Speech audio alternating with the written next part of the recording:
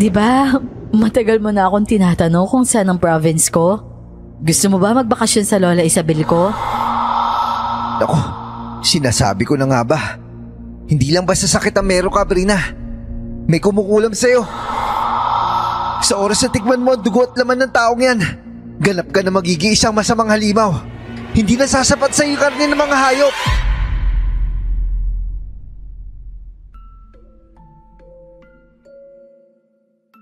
May mga pangyayari sa buhay natin na kahit anong pilit nating maging matatag at manatili sa tuwid na landas, darating talaga ang pagkakataon na sa kagustuhan nating patuloy na mabuhay, mapipilitan tayong tanggapin ng isang desisyon na sa simula pa lang, alam naman nating babali sa paniniwala natin at paninindigan. Sabi nga nila, palaging may dalawa o higit na solusyon sa isang problema. Pero hindi laging ganon sa lahat ng pagkakataon. Tulad na lang kung paano akong sinubok ng isa sa pinakamatinding dagok na dumating sa aking buhay.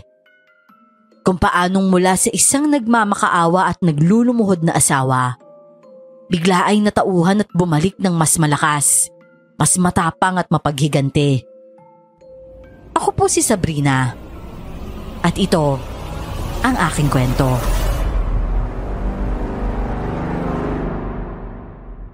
Bago ko po simulan ng istorya, huwag kalimutang mag-subscribe bilang suporta sa ating channel. Bago ko po ito simulan ay gusto ko lang sanang payuhan ang inyong mga tagapakinig, Miss Clar. Lalo na yung mga legal wife dyan at yung may mataas na alta presyon. Sana minom po muna sila ng maintenance nila bago patuloy na makinig. Moon naman, huwag mo naman gawin to sa akin. Pinabayaan ko na nga kayong magsama. Nanahimik na ako. Bakit pati si Precious gusto mong kunin sa akin? Simple lang, dahil anak namin siya ni Karen. Anong pinagsasabi mo? Adopted daughter natin si Precious. Tayo ang magulang niya, Mon. Ako ang nanay niya. Nanay ka lang sa papel. Pero si Karen ang tunay niyang ina at ako yung tunay niyang ama. Kukunin ko na yung anak namin. Suportahan mo na lang. Hindi. Sabihin mong nagbibiro ka lang, Mon. Gawa-gawa mo lang to. Hindi mo magagawa sa akin to. Tanggapin mo na lang, Sabrina. Matagal na kami ni Karen. Labandera pa natin siya nung maging kami. Ikaw kasi, kasalanan mo yan. Bukod sa puro ka na trabaho, ang boring mo pa sa kama. Hindi mo na nga mabigyan ng anak. Kahit sa performance man lang, bumawi ka man lang. Wala eh. Para kang patay. Alam mo kung gaano ka-stressful ang trabaho ko noon, Mon. Halos wala na akong lakas pag-uwi ko. Kailangan kong magsipag dahil sila din ang tumutulong sa negosyong tinatayo mo noon hanggang sa lumago. Nakalimutan mo na ba yun? Tumulong ka lang. Pero ako yung nagpalago nun, Sabrina. Huwag mo akong masumbat-sumbatan ha. Kukunin ko na si Precious. At kung gusto mo maghabol, magkita na lang tayo sa barangay. Kahit ipa-DNA pa natin yung batang yan, kami ang lalabas na magulang yan. At ikaw naman mapapahiya ka lang. Ano ibig mo sabihin? Unang taon pa lang ng pagsasama natin, niloloko mo na ako. Plano nyo ba talaga ni Karen to, ha? Bakit nyo pa ipinaako si Precious sa akin kung babawiin nyo lang din naman pala? Gusto mo malaman ng totoo? Kapag sinabi ko sa'yo mananahimik ka na, huwag ka na magtatanong ulit ha. Sumagot ka! Oo, sige. Dahil parehas pa kami wala nun. Hindi pa nagbo-boom yung negosyo ko. Kailangan na maayos at magarang buhay na anak namin. Pero ngayon okay na kami kaya babawiin ko na siya. Ikaw na lang sumuporta dahil ikaw pa din naman yung ina niya sa birth certificate. Ang kakapal ng mukha nyo! Ang kakapal nyo, mga hayop kayo! Pinaglaruan nyo lang ako! Oo na! Tanga ka kasi! Ayoko na makarinig na kahit anong tanong mula sa'yo ha! Nakakarindi ka! Nasaan na ba yung anak ko? Precious! Anak! Si Daddy to! Halika! Gagala tayo! Mon, pakiusap naman, wag! Wag muna ngayon! Hayaan mong ipaliwanag ko muna sa bata ang magiging sitwasyon. Kahit ano, kahit 2 araw lang, please naman. Lintik ka talaga. Siguruhin mo lang na sa susunod na araw, nakahanda na ang lahat ng gamit niya para kukunin ko na lang siya. Huwag mo subukan tumakas dahil kakasuhan kita ng kidnapping at ipapakulong kita. Tumango na lang ako at kahit papano ay nakahinga na ng maluwag. Nang tuluyang makalabas ng unit ko si Mon, dali-dali kong dinobolak ang pintuan nun at pinasok ang anak ko sa kwarto niya. 9:00 na ng umaga pero tulog pa din siya. Nag-movie night kasi kami nang nagdaang gabi. Nakadalawang palabas kami kaya medyo napuyat siguro siya. Agad kong niyakap ang anak ko ng mahigpit. Sa kabila ng nalaman kong katotohanan sa pagkatao niya, hindi na bago noon ang pagmamahal ko para sa kanya. May pusod pa siya nang dalhin ni Mon sa bahay noon. Nakuha daw niya sa gilid ng kotse namin sa may parking. Inasikaso namin agad noon ang mga papeles niya at kumonsulta sa abogado para legal namin siyang ampunin. Mommy, why are you crying? Dumating na naman ba si Daddy at inaway ka? Hindi. Alam mo naman kung gaano ka kamahal ni Mami, di ba? Oo naman po. At love na love din po kita, Mami. Ikaw po ang pinaka-the best mom in the world. Di ba? Matagal mo na akong tinatanong kung saan ang province ko. Gusto mo ba magbakasyon sa Lola Isabel ko? Doon ka magsi-7th birthday. Talaga po? Kaya lang may studies pa po ako, di ba? Well, guess what? Pumayag na si teacher na mag-online class ka muna for 2 weeks. May aasikasuhin kasi si Mami kaya hindi kita mababantayan pansamantala eh. Okay lang ba sa'yo na doon ka muna kay Lola sa province? Talaga po, Mami? Kailan po tayo pupunta doon? Ngayon na. Yay! Tara na, Mami. Let's go na po. Teka lang, baby. Upo ka muna. May sasabihin lang si Mami. Bibigyan kita ng phone para lagi kitang makakausap, ha? Pero sana wag mo munang kokontakin ng Daddy, ha? Okay lang ba yon? Hindi ko po talaga siya kokontakin, Mami. I hate him. Sinasaktan ka niya. Love ka din ng Daddy mo. Lagi mong tatandaan yan. Huwag kang magtatanim ng galit sa kanya. Pero kailangan iwasan muna natin siya sa ngayon. Okay po, Mami. Very good. O paano? Punta ka na sa bathroom mo, ha? Maligo ka, mag-toothbrush ka. Ako naman, ihahanda ko na yung mga gamit mo. Sa daan ka na mag-breakfast, ha? Pagtalikod ni Precious sa akin, siya namang balik sa normal ng mukha ko. Pinaghalong lungkot at takot ang nararamdaman ko ng mga oras na yon. Parang may kung anong humahabol sa akin kahit wala naman.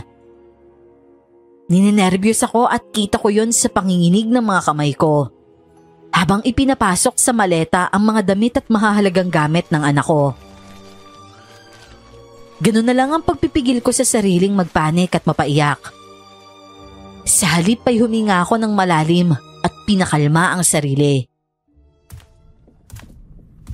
Mami, parang nervous ka po. Okay ka lang po ba? Ha? Oo naman, baby. Huwag mo na lang intindihin si Mami, ha?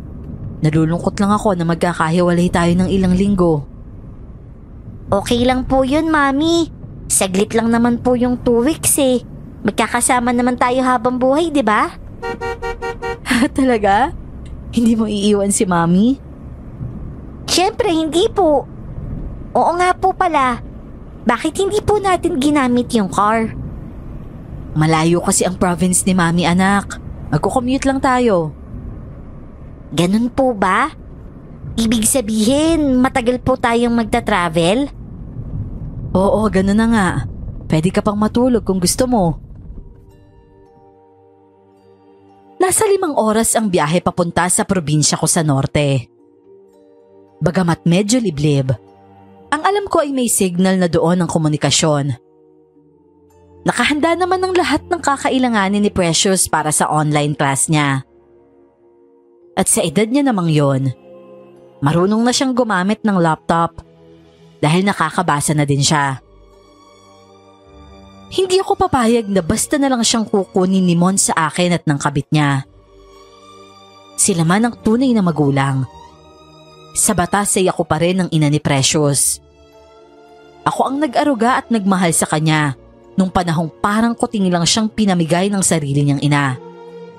At yun ang ilalaban ko kahit saan kami makarating.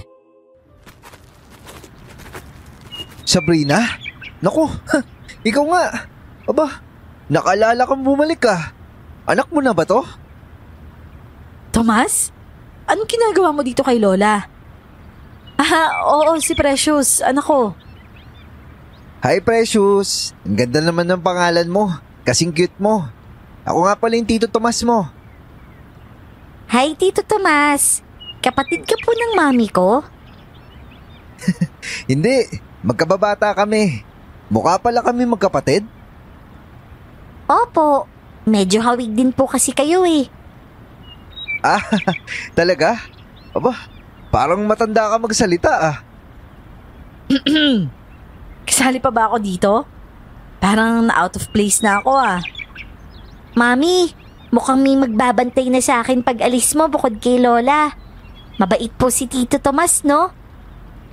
Sa tingin mo, nako ingat ka dyan ha, makulit yan. Grabe naman, siniraan ka agad ako. Hindi ka pa rin nagbabago ah. O nga pala, si Lola Isabel kasi nagpapahilot ng kasukasuan niya. Nananakit daw kaya nandito. Nagdala na din ako ng hapunan niya para mamaya. May lakad kasi ako. Baka gabihin ako kaya maaga ko na siya pinuntahan. Hindi ka pa rin ba pumapalya sa pagbisita kay Lola? Paano papalya? Araw-araw ko ng exercise yung pagpunta dito eh. O paano? Alis muna ako ah. Masaya akong nakita ka ulit. Salamat at ako din. Ang laki ng pinagbago mo ah. Nag-workout ka na yata. Ah, talaga? Kung pag-workout ba yung matatawag yung pagiging kargador palagi ng pinamili ng mga kapitbahay natin? Siguro nga. Ay nako, hindi ka pa rin talaga nagbabago. Matulungin ka pa din. Ano ba talaga? Malaki yung pinagbago o walang pinagbago? Magkaiba yun, ano ka ba? Umalis ka na nga.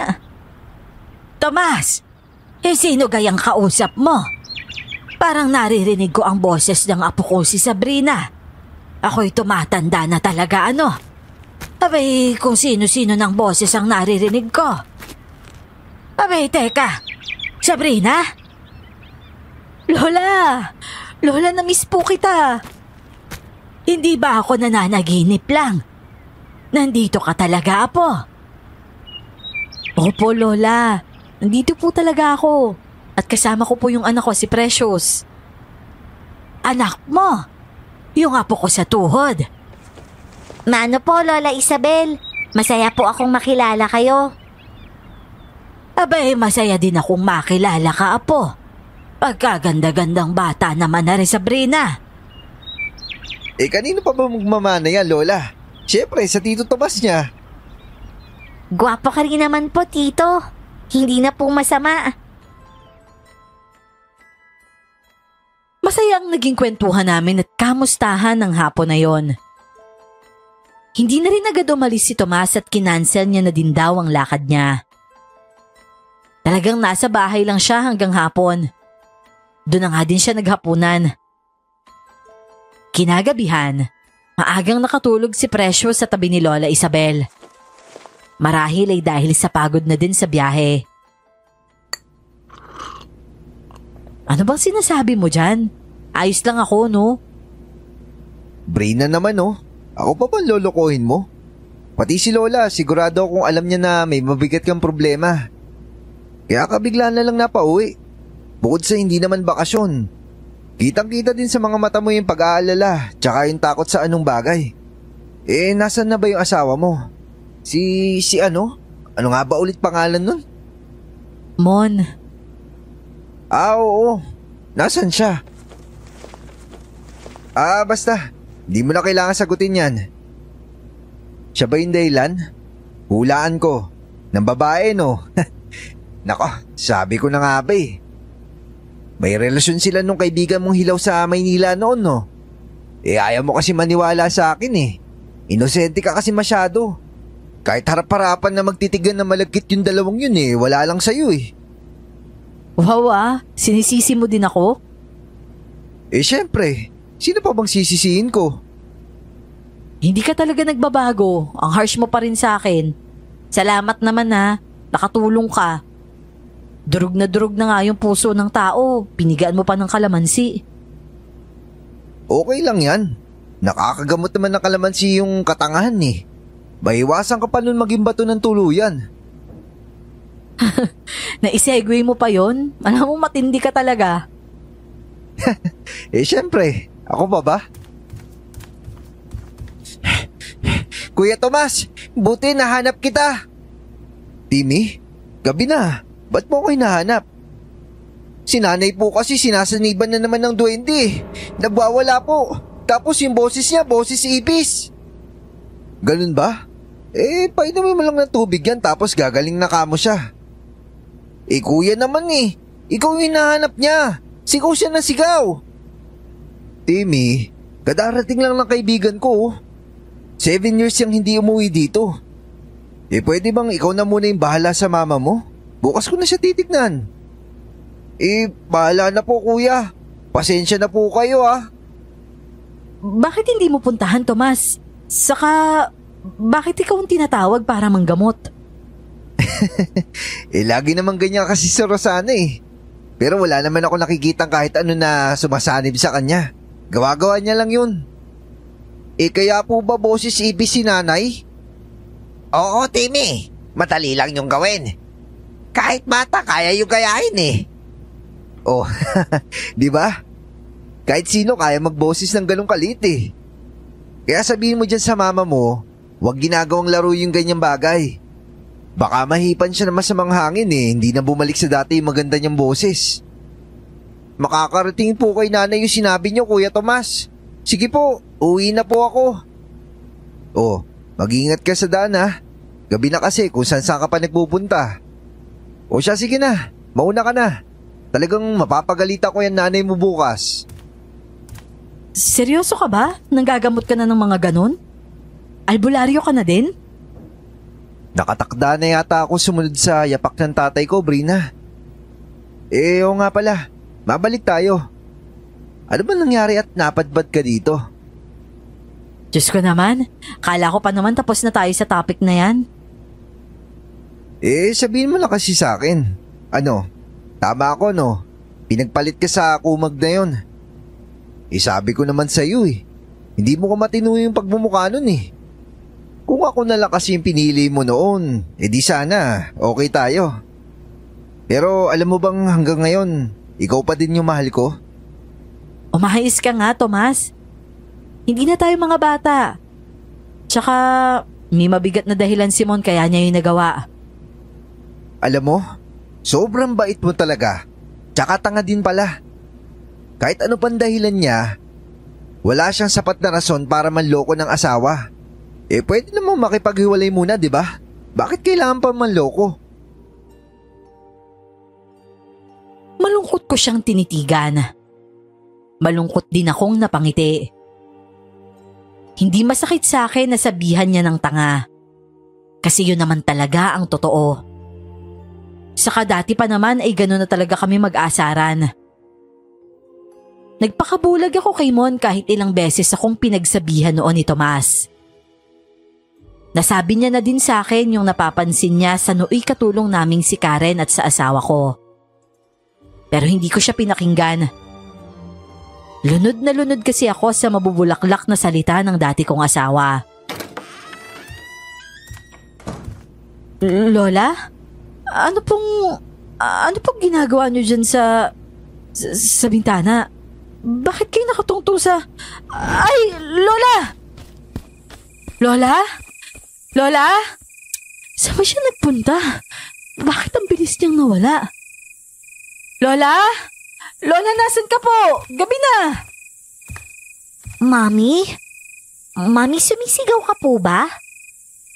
Ang Lola Isabel mo kasi anak. Nalaglag siya dito sa bintana. Po? Paano pong malalaglag, Mami? Mababa lang naman po dyan. Oo nga pala. Ang ibig ko sabihin, tumalon siya eh. Dumaan siya dito sa bintana at lumabas, tapos bigla na lang nawala. Bakit naman po lalabas si Lola dyan, Mami? Gabi na po, di ba? Hindi ko nga rin alam, anak eh. Teka nga lang, hahanapin ko siya sa likod bahay. Mag-ingat ka po, Mami Masukal po dyan. Huwag ka susunod sa akin Diyan ka lang. Matulog ka na lang ulit. Okay po, Mami. Umikot ako sa labas at hinanap si Lola. Pero wala ni katiting na bakas akong nakita doon. Kabado at nagtataka din talaga ako kung bakit ganon ang ginawa niya. Para siyang palakang tumalon kanina mula sa tungtungan ng bintana palabas. Lalayo pa sana ako para maghanap nang bigla na lang siyang dumungaw sa bintana at tinawag ako. Ako naman, nagmistulang palaka na napatalon dahil sa sobrang gulat. Tinawanan niya lang ako noon saka tinatanong kung bakit ako naroon. Niloloko niyo naman po ako, Lola eh. Nakita kayo ng dalawang mata ko. Alam nga namang nakapikit ang isa mong mata. Nagbanyo lang ako. Paano akong tatalon dyan eh? Alam mo namang nananakit na nga ang mga kaso-kasuan ko. Ang taas ng bintana na yan. Abay hanggang dibdib ko nga, hindi ba? Ay, sino kaya yung nakita ko? Alam mo naantok ka na siguro. Matulog ka na nga dun sa kwarto mo at hayaan mo na muna si Precious dito sa akin. Wala akong nagawa kung hindi ang sumunod kay Lola. Inisip ko na lang, baka nga namalikmata lang ako o nananaginip ng gising. Inaantok na din naman talaga ako nang pasukin ko ang kwarto niya. Sisilipin ko lang sana sila noon, pero yun nga ang bumungad sa akin. Kinabukasan naman, isang malakas na sigaw mula sa kapitbahay namin ang gumising sa natutulog kong diwa. Paglabas ko ay si Lola ang nagkwento sa akin na natagpuan daw pala nito ng umagang yon ang naghihingalo nitong alagang baka. Nakahandusay sa damuhan at hindi na makatayo. Ano ho kayang nangyari doon, Lola? Bakit bigla na lang nanghina? Posible ho ba talaga yun? Hindi ko rin alam, Apo. Wala naman daw kahit anong sugat sa katawan yung hayop. Kawawa naman. Sana mabuhay pa siya. Kawawa din yung may-ari. Buti ho sana kung may bibili pa sa karne ng hayop na namatay na sa kakakatayin. Wala naman ho yatang ganun, di ba? Hindi yan pwedeng katayin kapag namatay na. Double dead ang kalalabasan nun. Maigi pa ngayon pa lang tapusin na nila ang paghihirap ng hayop. Mami, can I talk? Oo naman, baby. May sasabihin ka ba? Nakakaawa po yung baka, Mami. Kinakain po nila yan dito. Sa baka nang gagaling yung karne na kung tawagin natin beef. Hindi ba favorite mo ang steak? Hindi ko na po pala favorite yun simula ngayon. Kawawa naman sila, Mami. Hindi natin pwede alisin sa diet mo ang protein, baby. We feel sorry for them, pero wag ka na lang manood kung kakatayin nila, okay? Alam mo, Apo, kapag nandito ka kailangang matutunan mo kung paano maging matibay ang loob. Walang pamilihan dito na instant na agad. Lahat bagong katay, bagong huli, bagong ani, o di kaya naman bagong pitas. Nakita ko namang tumango si Precious ng nakakaunawa. Si Lola naman, ngumiti at hinaplos pa sa ulo ang anak ko. Nang biglang tumunog ang cellphone ko na nakapatong sa ibabaw ng lamiseta, yung malapit sa altar. Saka ko lang naalala, hindi ko pa pala na-block ang number ni Mon.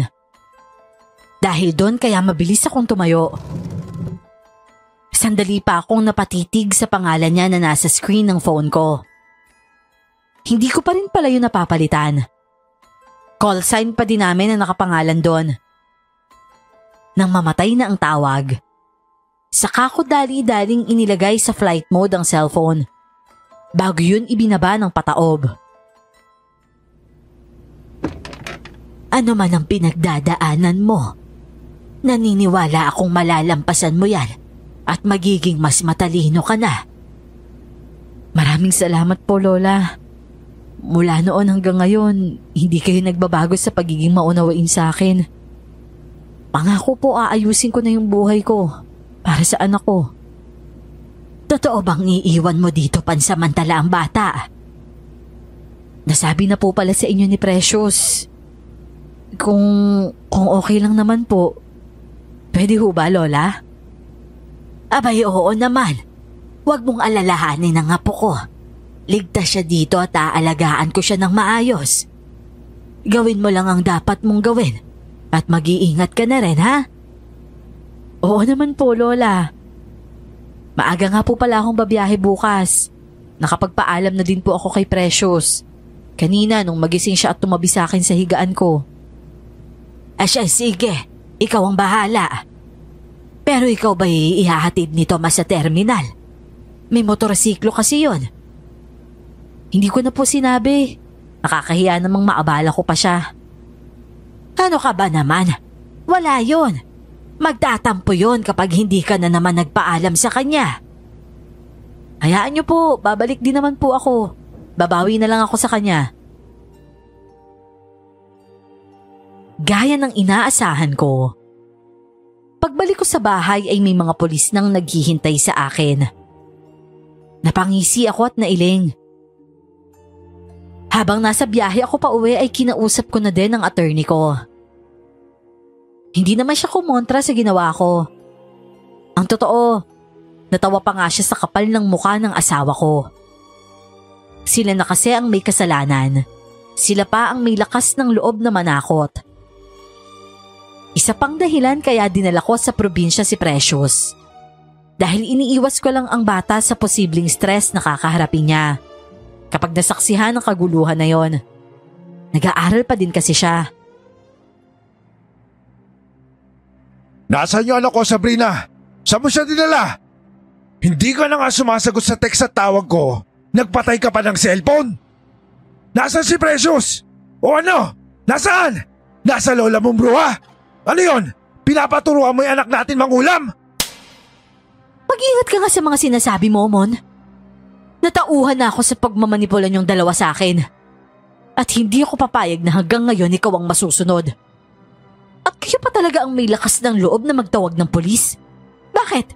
Ipapahuli niyo ang sarili niyo? Kinidnap mo anak namin. Makukulong ka! May warrant of arrest ho ba kayo, officer? Kasi kapag wala, aakyat ako sa mas mataas at magsasampa ng kaso para sa harassment na ginagawa niyo sa akin. Sa harapan pa mismo ng bahay ko? Alam niyo ba kung sino ang dalawang to? Baka sila dapat ang una niyong iniimbestigahan. Walang yaka, Sab. Hindi mo ako mababaliktad. Ilabas mo yung anak namin! Ibalik mo siya sa amin! Anak ko si Precious, Mon. Anak ko siya at akin lang. Ilalaban ko siya kahit saang korte tayo magharap. Gusto mo talaga ng gulo, no? Sige, ibibigay ko sa'yo. Hindi na ako natatakot sa inyo. Uubusin ko lahat ng meron ako. Maipakulong ko lang kayong dalawa ng kabit mo. Maging yung mga pulis, panabay na napatingin kina Karen at Mon. Kung nung una, parang handa na silang imbitahan ako sa presinto. Bigla ay natahimik sila at tila nawalan ng ganang tulungan ng dati kong asawa. Yung babae naman, hindi talaga kumikibo, pero sobrang talim ng mga tingin niya sa akin. Hindi ko naman akalain na naghahanda lang pala siya para atakihin ako.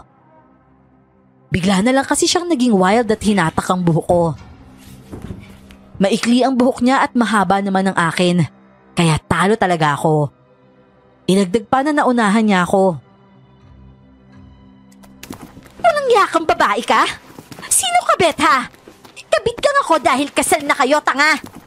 Hindi ka niya naging asawa dahil kahit kailan, boring ka at baog. Wala kang kwentang babae ka. Napangisi ako habang ginagawa niya yon.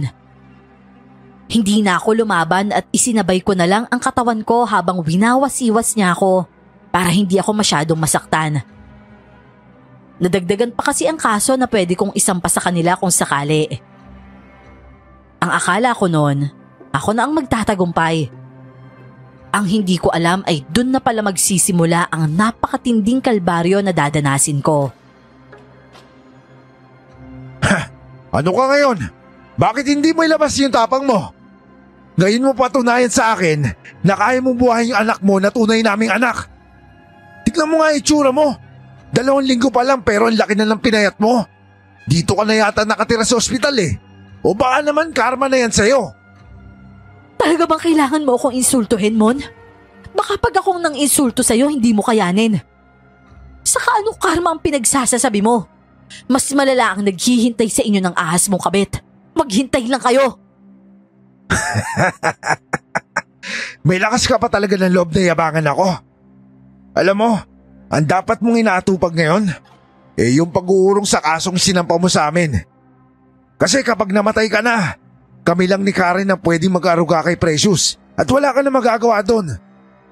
Tsaka huwag mo na asahan yung lola mong bruha. Malapit na siya sumama sa liwanag. Baka nga hindi na nga maabutan yung gumraduate sa elementary yung bata eh. Tapos ikaw naman, mauna ka pa sa kanya. Hindi mangyayari ang gusto nyo. Gagaling ako, Mon. Gagaling ako. O sige, patunayan mo lang sa hearing natin. Magka-counter affidavit kami at gagamitin ko yung natuklasan ko sakit mo para mabawi yung custody ni Precious. Unless na gusto mo talagang hanggang sa hirap hilahin yung bata. Hindi na ako magtatangka kung sakali. Makasari ka naman talaga. Nang iwan nila ako, tuluyan ang bumagsak ang mga luha ko. Nanginig ang buo kong katawan dahil sa galit at takot. Kung bakit naman kasi sumabay pa sa pagkakataong yon, ang sakit na bigla na lang umusbong sa katawan ko. Nang matapos nga ang gamutan ng araw na yon, nagpasya na rin akong umuwi sa probinsya. Atrasado na ng 2 araw ang pangako kong pagbalik. Hindi ko na rin masyadong nabi-video call si Precious dahil ayokong makita niya ang kalagayan ko. Bigla na lang kasing naglagas ang buhok ko. Pagkatapos ay natuyot ang balat at nawalan ng gana sa pagkain. Nang magpa-check up ako, lupus ang lumalabas na sakit ko.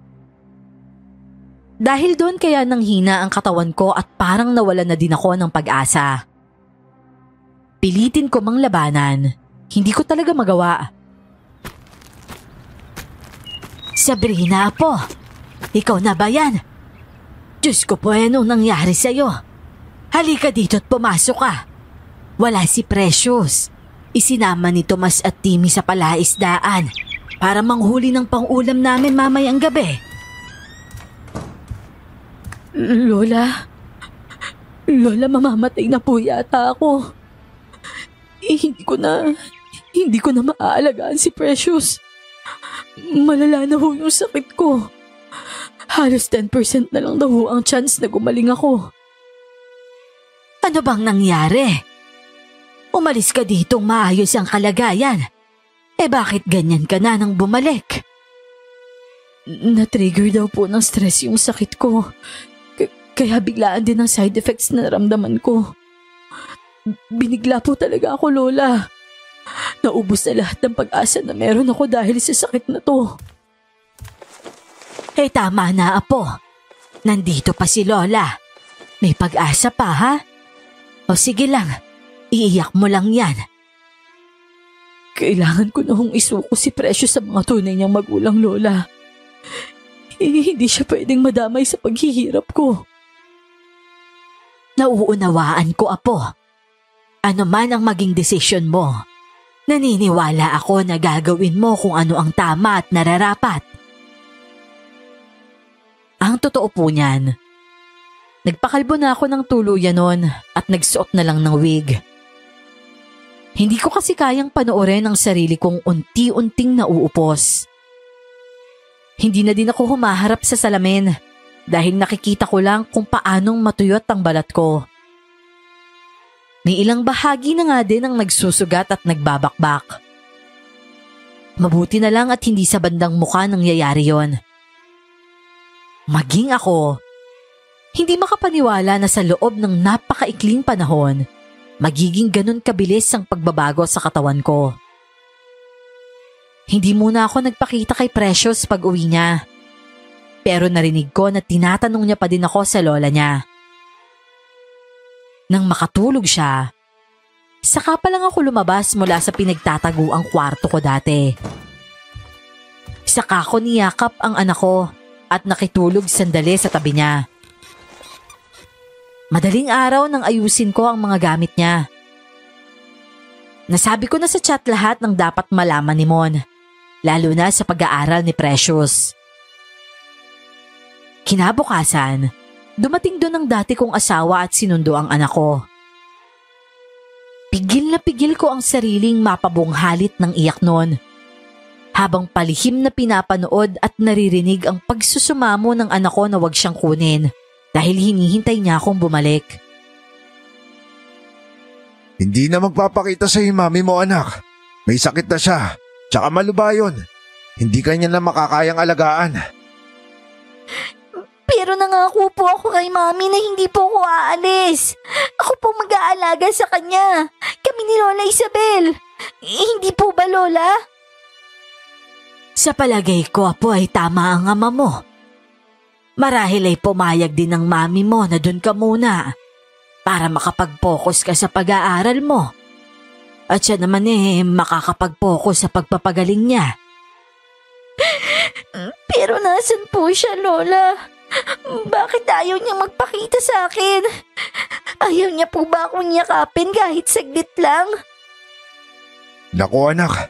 Nakakahawa siguro yung sakit ng mami mo. Nakakadiri itsura niya. Hindi nakakadiri ang mami ko, Daddy. Kahit ano pang itsura niya, yayakapin ko siya. Precious, apo, sige na. Huwag kang mag-alala. Pinapangako ko sa iyo na gagaling ang mami mo at babalikan ka niya. Lola naman, huwag niyo naman bigyan ng false hope yung bata. Wala nang lunas yung sakit ni Sabrina. Paasahin niyo pa yung anak ko eh. Abay, sinong nagsabi sa iyo na pinapaasa ko ang apo ko? Hindi ako nagbibiro. Gagaling si Sabrina. Oh, bakit ho? Gagamitan niyo siya ng black magic o mahikan ninyo? Wala ka na ba talagang pinipiling lugar? Kahit sa harapan ng bata sasabihin mo kung anong haka-haka mo. Wala ka talagang kasing bastos. Oo. Easy ka lang, Lola. Baka ma-high blood pa kayo, kasalanan ko pa. Halika na nga, anak. Masyado na mainit tong lugar na to. Uuwi na tayo sa bahay natin. Doon sa may aircon yung kwarto. Hindi katulad dito, mabaho. Lola, sabihin niyo po kay Mami maghihintay po ako sa kanya. Huwag kang mag-alala, apo. Maging matapang ka at matatag hanggang sa bumalik na ang mami mo. Ang dami mong drama. Sige na ho. Pakisabi din sa apo nyo yung savings ni Precious. Kailangan may access ako dun dahil gagamitin niya sa schooling ng bata. Hindi na ako lumabas dahil ayokong mas mahirapan si Precious sa pag-alis niya. Hindi niya makikita na mahina ang mami niya para hindi magamit ng kahit sino sa kanya ang nangyayari sa akin. Masakit. Napakasakit. Wala akong magawa. Parang dinudurog ang puso ko habang pinapanood silang lumayo at unti-unting mawala. Halos manikip ang dibdib ko. Gusto ko na lang mamatay noon nang matapos na lahat ng sakit na nararamdaman ko. Para akong tinatorture ng buhay. Sakit ng katawan dahil sa karamdaman at sakit ng kalooban dahil sa desisyong napilitan akong gawin. Halos araw-araw akong tulala nun at umiiyak. Lalong nanghina ang katawan ko na hindi ko na rin magawang tumayo pa. Ang akala ko, yung pagpapaubaya ko kay Precious sa tatay niya, ang pinakamabigat na desisyong gagawin ko sa buhay ko. Hanggang sa lumalala pa nga ang kalagayan ko. At ng mga panahong yon, si Lola lang ang kasama ko. Si Tomas ay nabalitaan kong nasa bayan at 2 linggo doong mananatili dahil sa isang pasyente na kailangang orasyonan ng ilang beses. Mahaba-habang gamutan din daw ang kailangan ng pagdaanan. Sabrina? Teka, ano nangyari sa'yo? Bakit ganyan itsura mo? Lola, 2 linggo lang ako nawala ah. Kailan ba ho siya umuwi? Nung nangisda kayo ni na Precious, nandito na siya nun. Nagtago lang. Yun din ho yung huling gabi ko na nagpasentro, di ba? Tama ka, Tomas. Si Precious ho, nasaan? Siya, sige na. Maiwan ko muna kayo. Kausapin mo itong kaibigan mo at nawawalan na ng pag-asa sa buhay. Lupus nga pala ang sakit niya kaya naging ganyan na ang itsura niya. Idagdag mo pa na halos ayaw niyang kumain. Baka mapapaliwanagan mo ang isip. Ni hindi na din siya umiinom ng gamot. Para saan pa ho, Lola? Mamamatay din naman ho ako. Pwede ko bang hawakan yung kamay mo, Brina? Ako, sinasabi ko na nga ba? Hindi lang basta sakit ang meron ka, Brina. May kumukulam sa'yo. Ano? Paano may kumukulam? Itong nangyayari sa akin? Kulam? Oo, hinahalin tulad lang ang sakit para maging malinis yung pagkamatay mo. Malakas ang tumatrabaho sa'yo. Tsaka hindi ko siya kaya. Pinakamatanda siya mangkukulam at kakaiba yung orasyon na ginagamit niya. Ibig sabihin mamamatay na nga ako. Ang galing naman, no? Napakabait naman talaga ng mundo sa akin, Tomas. Gagawa ako ng paraan, Brina. Kung kinakailangan maghanap ako ng pinakamahusay na albularyo. Hindi na, wag na. Nararamdaman ko na din naman ang unti-unting pagbigay ng katawan ko. Huwag mo na lang pabayaan si Lola Isabela. Mangako ka sa akin, Tomas. Wala nang maiiwan sa kanya kung hindi ikaw lang. Brina, hindi ka naman pwede basta sumuko. Pero huli na din, Tomas. Huwag ka na mag-aksaya ng oras. Alam ko, hindi na rin magtatagal at posibleng mamatay na ako. Hindi pa yan. Magtiwala ka. Magdadasal tayo. Susubukan ko mag-aalin ng orasyon para kontrahin yung bilis ng pagbagsak ng katawan mo. Pero para magawa yun, kailangan mo din tulungan yung sarili mo. Pagod na ako, Tomas. Gusto ko na lang magpahinga. Kahit anong gawin ko, wala akong napapala sa huli kundi pasakit lang. Rina, pakiusap naman oh.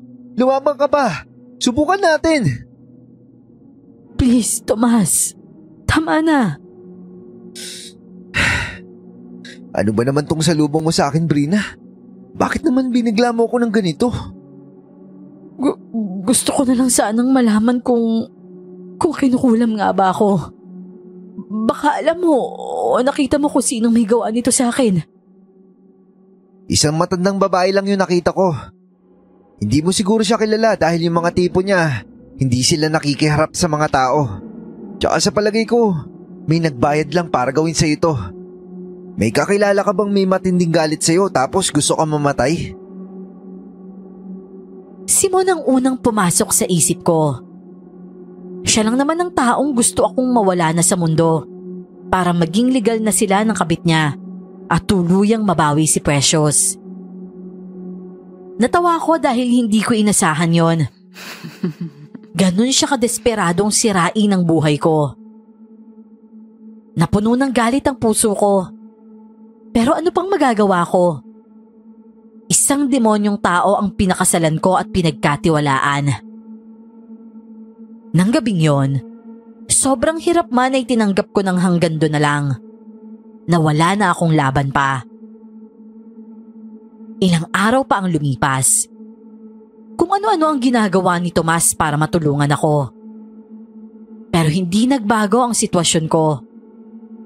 Lumala pa yon dahil yung nanunuyot ko na nga mga balat. Nilabasan na din ng mga puting uod na maliliit. Kasing liit lang sila ng bigas na unti-unting lumalaki. Dahil parang kinakain nila ultimo yung kakarampot na lamang natira sa katawan ko. Malala na ang lagay ko nang maisipan kong buksan ang cellphone ko. Magre-record lang sana ako ng mensahe na iiwan ko para kay Precious. Nang dagsain ang messenger ko ng sangkaterbang messages mula sa isang dummy account. May mga videos doon na nagpapakita kung paanong saktan ni Karen si Precious. May ilan pang kuha na mayroong boses. Doon ay rinig na rinig kong nagmamakaawa ang anak ko. Napakainin siya kahit konti lang. Pero ang ginawa ay ibinato lang sa kanya ni Karen ang plato. Mabilis naman yung nasambot ni Precious at agad na isinubo ang naroong pagkain. Dinampot pa nito ang nalaglag at isinubo din. Hindi. Ang anak ko, ano nangyayari sa'yo, anak? Hindi maaari ito, Diyos ko. Anong gagawin ko? Iligtas niyo si Precious, nakikiusap ako sa inyo. Walang magliligtas sa anak mo kung hindi ikaw, Sabrina. Ikaw lang ang may kakayanang mabawi siya. Lola, nandiyan na po pala kayo. Oo, at napanood ko lahat mula dito sa likuran mo. Eh ngayon, gusto mo bang bawiin ang anak mo? Oo naman ho. Pero paano? Ganito ang kalagayan ko. Hindi na ho ako makatayo. Anong magagawa ko, Lola? Gusto mo na bang mabuhay? Oo. Gustong-gusto ko po, Lola. Pero ubos na ang pag-asa ko. Tingnan niyo naman ang ginagawa nila kay Precious. Tinatrato nilang parang hayop. Hindi ako papayag na ganito. Kahit kaluluwa ko siguradong maghihigante. Hindi mo kailangang maging kaluluwa bago makapaghigante at mabawi ang aking apo. Mabubuhay ka. Yan ay kung handa kang gawin ang lahat kapalit nun. Hanggat hindi ho ang buhay ko mismo ang kukunin yung kapalit, gagawin ko po lahat. Ano ang dapat kong gawin? Tanggapin mo lang ang mutya na galing sa akin. At sigurado akong gagaling ka at lalakas. Mutya? Ano po yun, Lola? Ang mutya ng isang pinakamalakas na uri ng aswang, Sabrina. Ang mutya na nasa katawan ko. Makalipas naman ang ilang araw. Nakikiramay ako, Brina. Hindi ka ba nakaka-recover? Nangyari naman to. Hindi talaga natin masasabi yung buhay. Ang lakas-lakas pa ni Lola Isabel eh.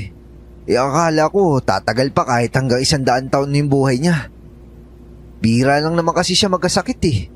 Iyon pala, hindi sakit yung magiging dahilan ng pagkawala niya, kundi simple pagtulog lang pala. Salamat sa pagdamay, Tomas. Malaking bagay na nandito ka. Kahit papano, may dapat pa rin tayo pagpasalamat. Nakakatayo ka na at nakakakain ka na din. Tsaka biglang bumilis yung recovery mo. Masaya ako para sa'yo.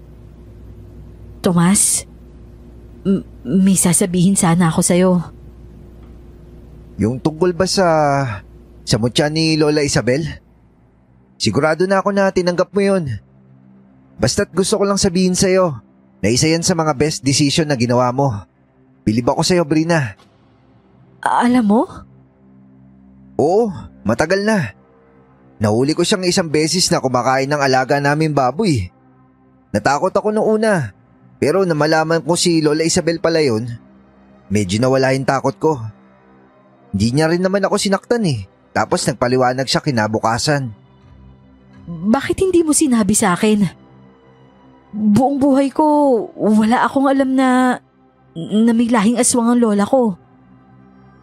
Maging siya, proud siya na maging isang halimaw, Brina. Kaya nga hindi siya namimirwisyo ng mga tao eh. Sinusukol niya yung kagutuman sa sariwang karne at dugo hanggat kaya niya. Pero kapag bilog ang buwan, hindi niya na yun nakokontrol kaya mga hayop yung hinahanap niya. Mapagbigyan lang yung tawag ng sikmura niya. Wala akong kaalam-alam sa nangyayari sa kanya. At nagigilty ako. Mas inuna ko pang unawain yung ibang tao kaysa sa lola ko.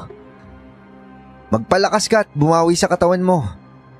Magaling ka na gaya ng pinangako ni Lola. Gawin mo yung mga bagay na dapat mong gawin. Nandito lang ako, susuportahan kita. Hindi ka ba natatakot sa akin, Tomas? Paano kung hindi tulad ni Lola, hindi ko makayang kontrolin ng halimaw sa loob ko at matalo niya ako? Kaya mo yan, tutulungan kita. Kailangan ikaw yung dominante dahil nakikibahay lang siya sa katawan mo. Ako nang bahala sa pagkain mo habang nagpapalakas ka. Sa ngayon kailangan natin pagbigyan ng mutya para mas mabilis niya ding hilumin lahat ng sakit na nararamdaman mo. Isang araw lang ibinurol si Lola Isabel at ipinalibing ko na din siya agad. Hindi ko kasi matagalan na makita siya sa kabaong at wala ng buhay. Sunod-sunod na dagok ang nangyari sa akin noon. May isang tao pa ang nagsakripisyo para lang patuloy akong mabuhay. Ipinangako ko sa sariling hindi ako papayag na mauuwi lang yun sa wala. Ate Brina, sasama ka na po madalas kay Kuya Tomas sa panggagamot niya? Oo, Timmy. Bakit mo naman natanong? Kasi magagalit na naman yung nanay ko. Baka na naman biglang magboses ibis siya. Bakit naman siya magagalit? Nagsiselos ba siya sa akin? Siguro po. Bruha daw po kasi kayo gaya ni Lola Isabel Kaya dapat hindi sa tulad mo magkagusto si Kuya Tomas. Parang kakading bata ah. Pero para sa'yo ba, mukha akong bruha? Naku, hindi ho. Mas mukha pa nga pong halimaw yung nanay ko Ikaw masama yan. Huwag mong sinisiraan ng nanay mo kahit kanino. Kahit gaano pa siya kasama, ha? Okay? Hindi naman po yung paninira, ate. Totoo po yun. Timmy talaga Makulit ka din no? Mana ka talaga sa nanay mo. Nagre-recover pa yung ate Brina mo. Huwag mo muna siyang tanungin ng tanungin. Oo nga pala. Sorry po, ate Brina. Namimiss ko na kasing may kakwentuhan Hindi na din kasi bumalik si Precious. Ang tagal ko na po siyang hinihintay. Huwag kang mag-alala. Iuuwi ko siya ulit dito para may kakwentuhan ka na. Talaga po? O sige po, aasahan ko po yan Oo naman, sige. Hindi naman ako nagbibiro Ganun na lang ang tuwa ng batang lalaki habang tumatakbo palayo sa kinaroroonan namin. Ako naman noon, napailing na lang. Nakontento akong nanunood lang sa mahusay na panggagamot ni Tomas sa mga nagiging pasyente niya. Libre ang mga bata pati na rin ang paghihilot minsan sa iilan. Ilang buwan lang at tuluyan akong nakarecover. Humaba naman ang buhok ko pero para lang yung panlalaki. Gayunpaman, hindi yun naging hadlang. Nagsimula akong magplano sa ataking gagawin ko para mabawi si Precious nang hindi nagsasanhi ng komosyon, lalo na sa pampublikong lugar. Handa na akong bumalik para bawiin ang dapat ay sa akin at paghigantihan ang taong ginusto kong patayin sa pinakamahirap at patraidor na paraan. Hindi ko talaga siya patatawarin. Na-master mo naman na siguro yung pagkokontrol dyan sa mutya 1 linggo ka lang kumakain ng normal kaya tiwala na ako sa'yo. Saka lagi mong tatandaan, Brina, may uwian ka dito. Oo naman, Tomas. Sa akin na pinamana tong bahay at lupa ni Lola Isabel. Mauuwian ko na talaga to. Magaling ka na nga. Nagagawa mo na ako inisin Ang sabihin mo, pikon ka lang talaga. Basta kapag okay na bumalik ka na dito. Hintayin kita. Pangako mo yan Baka naman matagalan lang ako ng pag-uwi. Magulat na lang ako, boses ipis ka na din. Loko, 7 taon kaya kita hinintay noon. Nakalimutan mo na ba? Saka hindi naman siguro tatagal ng ganun ngayon, di ba? Hindi natin masabi. Malay mo, baka mas matagal pa. Nako, kawawa naman pala si Junior. Abay, hindi na nabinyagan kakahintay.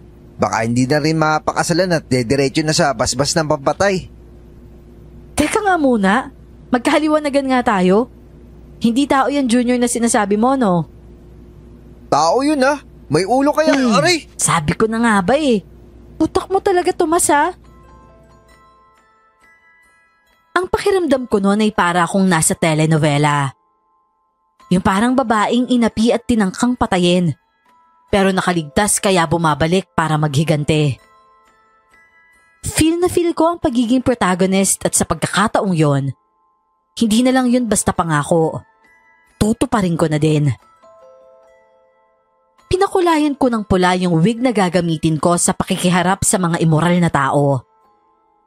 Tapos ay nagpunta pa ako ng salon para magpa-makeup nung araw na bibisitahin ko na sila ng personal.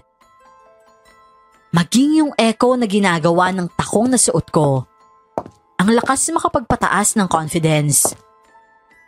Kung dati ay boring at nerd ang pormahan ko, bigla ay naging daring at sexy. Ewan ko ba, simula nang malunok ko ang mutya, nagbigay yon ng kakaibang tapang sa katauhan ko. Yun kasi ang kahinaan ni Mon, ang sexy at fit na damit, tapos litaw pa ang hita. Planado na ang lahat, mula sa umpisa hanggang sa dulo. May timeline din akong sinusunod at dapat matupad ang mga dapat mangyari bago ang sumunod na kabilugan ng buwan. Hi, Miss Beautiful. Ano atin? Ha? Sabrina? Sorry miss. Imposible yung iniisip ko. Pasensya na ha. Napagkamalan lang kita. Anyway, nandito ako ba para mamili ng sasakyan na babagay sa'yo? Pwede ba kitang samahang mag-test drive? Mahusay ka ng mag-sales talk, no, Mr. Mendoza? So, ano sa palagay mo? Sa tingin ko, bagay sa akin yung pula din na Mazda, no? Kaya lang, kulang yung savings ko eh. May asawa naman ako na may-ari pa ng vehicle company na to. Sa palagay mo, pwede niya kaya akong bigyan ng malaking discount? Sab? Ikaw nga talaga yan? Wow! I'm sorry but you look so gorgeous ha? Ano nangyari? Gumaling ka na? Obvious naman siguro, di ba? I was healed and now I'm back. At saka, namimiss ko na din si Precious eh. Pwede ba tayo mag-family dinner kahit ngayon lang? Oo naman. O sige, kailan mo gusto? Tonight, sa bahay natin. Okay, sige. Akong bahala. Pupunta kami doon. Good. So, magkano nga yung Mazda na red? Huwag kang mag-alala. Ilalakad ko na yun sa taas. Kung gusto mo talaga yan, kahit kalahati na lang bayaran mo. Napaka-thoughtful mo naman, Mr. Mendoza. Aasahan ko yung 50% discount mo, ah. Tsaka nga pala one thing. Same brand pa din ba yung favorite mong wine? Oo, hindi naman nagbago. Pagtalikod ko ay siya namang laki ng ngisi sa labi ko. Tagumpay ang unang hakbang. Agad ko namang na-receive ang picture na pinakuhaan ko sa isang stalker. Binabayaran ko yon para picturean kami ng palihim at isend yon sa akin. Habang ako naman, gumawa pa ng dummy account na gagamitin ko para kay Karen. Ramdam na ramdam ko na ang tensyong mamamagitan sa dalawa kapag nagpang-abot sa bahay nila. Kinagabihan nga, hindi ako binigo ni Mon. Nagpunta sila sa bahay kasama si Precious. Nangiti na naman ako dahil doon. Agad akong niyakap ng napakahigpit ng aking anak. Ganon din ang iginanti ko sa kanya. Walang tanong at wala din akong narinig na sumbat. Umiiyak lang siya noon, pero walang sinasabi na kahit ano maliban sa salamat at bumalik ako. Bakit ang daming pasa ng anak natin? Ano nangyari? Makulit kasi siya eh. Takbo ng takbo. Kung saan tuloy na uuntog. Hindi ba, Precious? At tama po si Daddy, Mami. Sa kakulitan ko lang po to nakuha. Huwag na po kayong mag-alala. Mawawala din po to sa loob ng ilang araw. Ganun ba? Hayaan mo simula ngayon na alagaan ka na ulit ni Mami. Mabubuo na tayong family. Talaga po? Mami, ang ganda-ganda mo po ngayon. Sobrang layo na po ng itsura mo noon at ngayon. Okay lang ba na ganito ang mami mo? Sexy ba ako? Oo naman po, Mami. Maganda ka naman po kahit noon. Mas gumanda ka lang po ngayon at sa Mexi. Tapos, mabait ka pa po.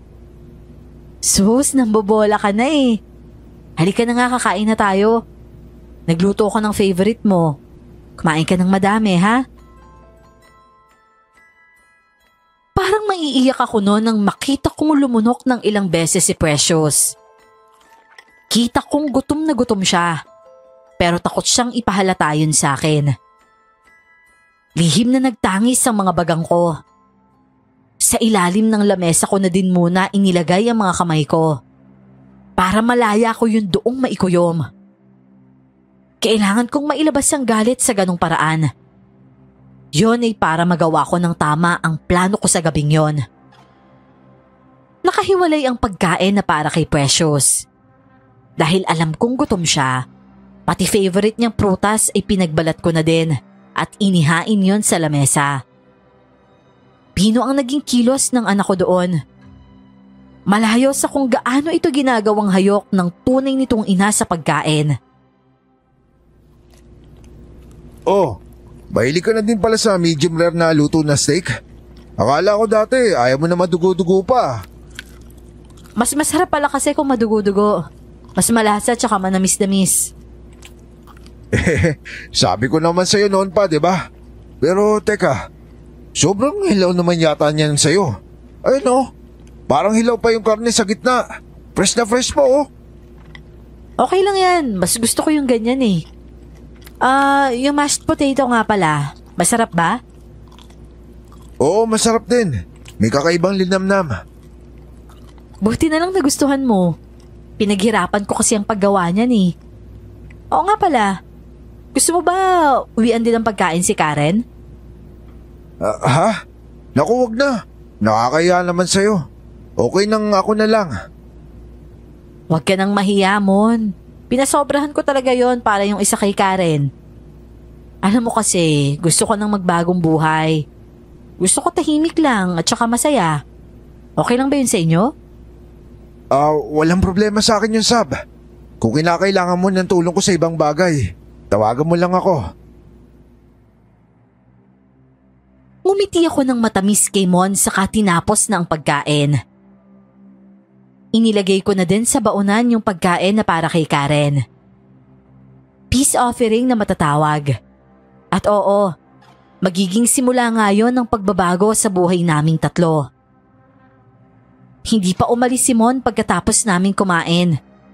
Sinamantala ko naman yon para humingi pa ng isang pabor. Kahit ngayong gabi lang sana, gusto kong mayakap yung anak ko. Kung gusto mo, dito ka na din matulog. Sigurado ka? Oo naman. Dati ka naman talagang nakatira dito, di ba? Okay, sige. Dito na lang muna kami matutulog ngayong gabi. Ang kaso nga lang hanapin ako ni Karen. Pwede namang kahit si Precious na lang muna dito. Saka yung pagkain nga pala ni Karen, huwag mong kalimutang ibigay sa kanya ha? At sabihin na galing yan sa handaan, okay? Okay, walang problema. Matibay si Mon. Nakikita ko kung gaano niya kagustong manatili pero nagdadalawang isip siya dahil kay Karen. Sa huli pumayag siyang maiwanan sa akin ng anak ko. Doon pa lang ako kumilos ng normal. Agad kong dinaluhan ng anak ko at nilinis siya sa bathroom niya. Doon ay mas tumambad sa akin ng mas kalunos-lunos niya pang kalagayan. Marami siyang pasa at bakas ng sugat. Bukod pa doon ay halos kita na ang ribs at spine niya sa likuran dahil sa labis na kapayatan.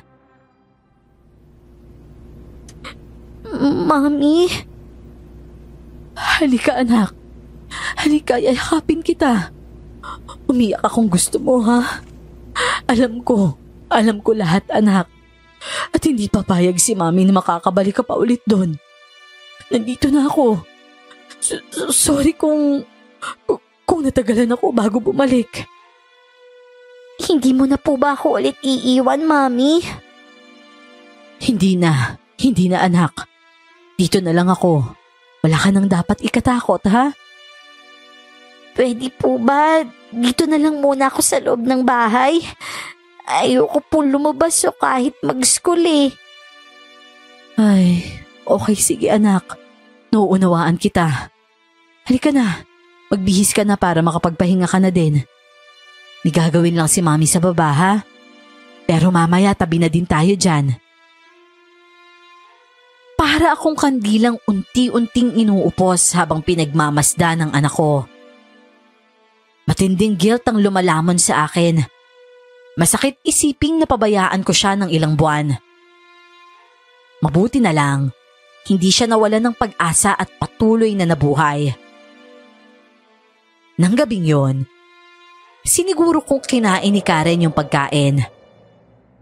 Mula sa bintana ng kwarto nila ay lihim akong nagmasid. Nasa kusina ang baon ng pinadala ko at ubos na ang laman.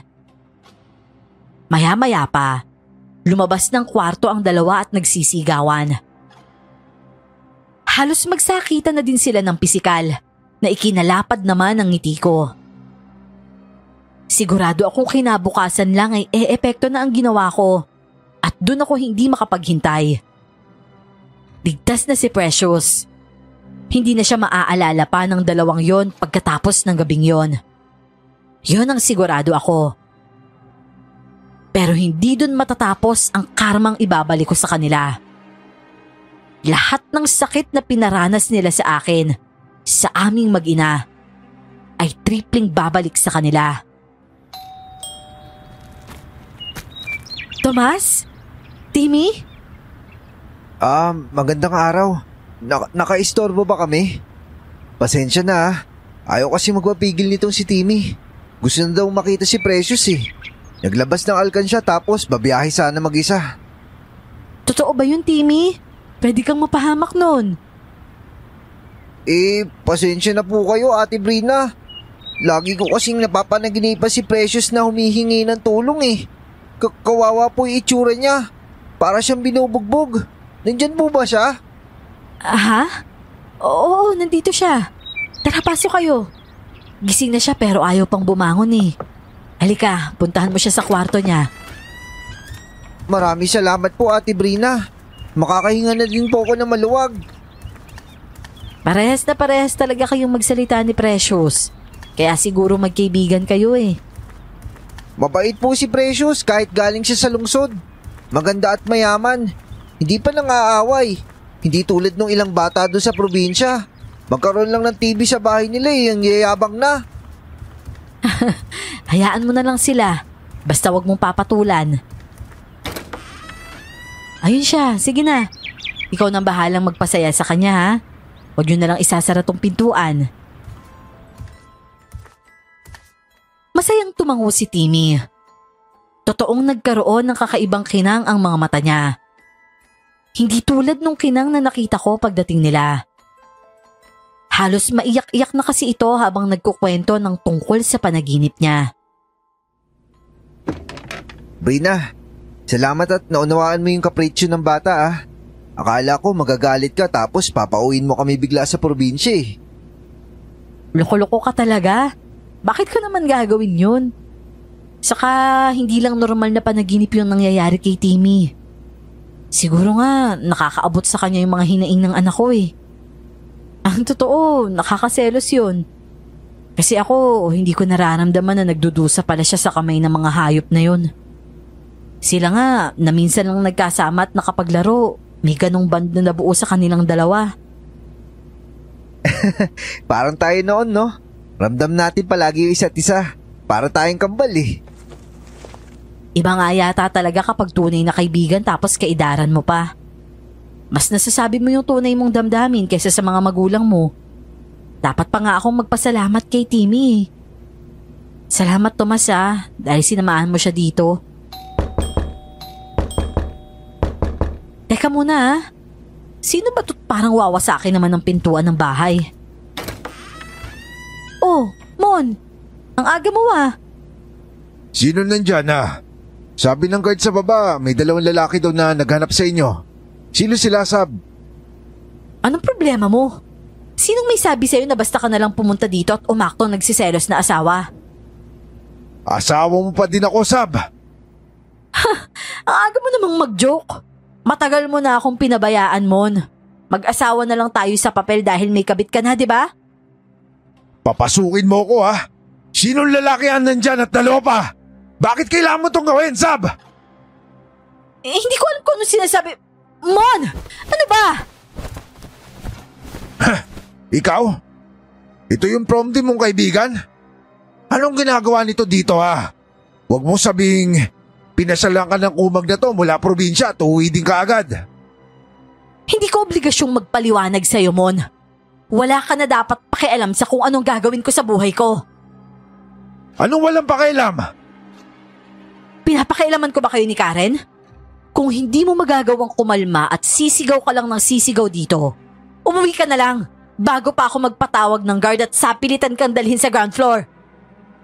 Sab naman, hindi mo na ba ako mahal? Gumising ka nga, Mon.